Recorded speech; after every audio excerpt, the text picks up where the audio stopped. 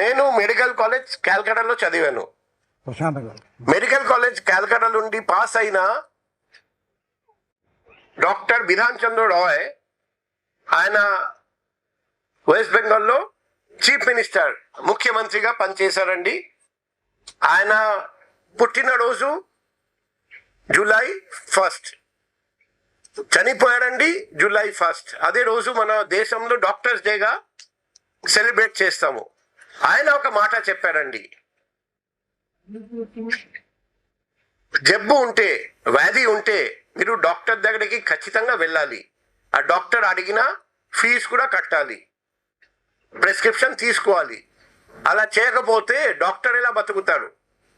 తర్వాత ప్రిస్క్రిప్షన్ తీసుకొని మీరు కెమిస్ట్ దగ్గరికి వెళ్ళాలి, మెడిసిన్ షాప్ దగ్గరికి వెళ్ళి ఆ ప్రిస్క్రిప్షన్ ఇవ్వాలి. వాళ్ళు మెడిసిన్ ఇస్తారు, తీసుకోవాలి, డబ్బు కట్టాలి. లేకపోతే కెమిస్ట్, ఆ మెడిసిన్ షాప్ ఓనర్, వాళ్ళు ఎలా బతుకుతారు? తర్వాత పక్కన మీకు డ్రైన్ కనిపిస్తుంది, అందులో ఆ మెడిసిన్ పాడేయాలి, లేకపోతే మీరు ఎలా బతుకుతారు?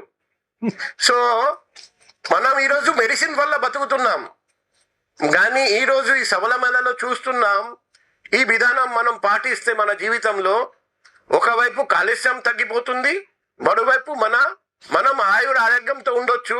ఆ మెడిసిన్ మనకు అక్కర్లేదు, ఆ మెడిసిన్ నిజంగా డ్రైన్లో పాడేయచ్చు. సో ఆ పరిస్థితి తీసుకురావాలంటే ఈరోజు ఇక్కడ మనం ఏ విధానం చూస్తున్నాం, ఆ విధానం సాధ్యంత వరకు ప్రతి ఇంట్లో పాటించారు. గోపాల్ కృష్ణ గోఖలే, ఆయన స్వాతంత్ర సమర వీరుడు, ఆయన ఒక మాట చెప్పారండి అప్పుడు, what Bengal things today, India things tomorrow.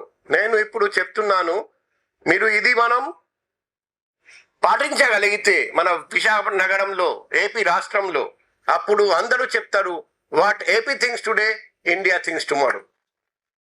So మనం రోల్ మోడల్గా నిలుద్దాం.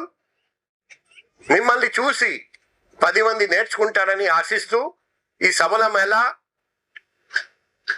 చాలా చక్కటి పరిణామం తీసుకొస్తుంది అని ఆశిస్తూ, ఇక్కడి నుండి నేర్చుకుని ఆ విధానం మన జీవితంలో కూడా మనం అవలంబిస్తామని, పాటిస్తామని ఆశిస్తూ, ఈ చక్కటి మేళా ఏర్పాటు చేసిన ఆర్గనైజర్స్ అందరికీ హృదయపూర్వక అభినందనలు, శుభాకాంక్షలు తెలియజేస్తూ ముగిస్తున్నాం. సస్య శ్యామలా